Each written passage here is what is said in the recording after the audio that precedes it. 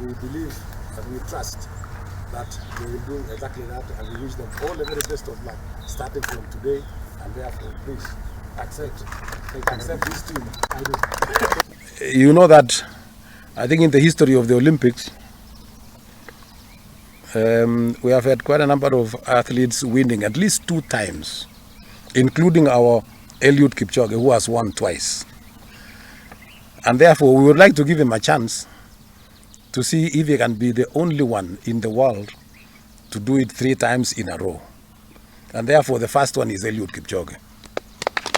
Because we want to make sure that this team that has been named here today, we work as National Olympic Committee and also through the government, we want to make sure that we work together in terms of any support that this team would want maybe to have in terms of preparing themselves to represent the country.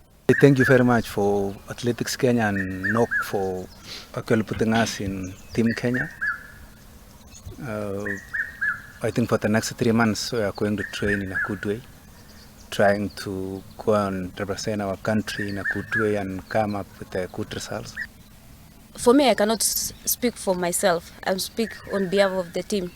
And we thank God for being there again. It's not easy. And for there we are going as a team. And our prayer and hopes is that to go and run well.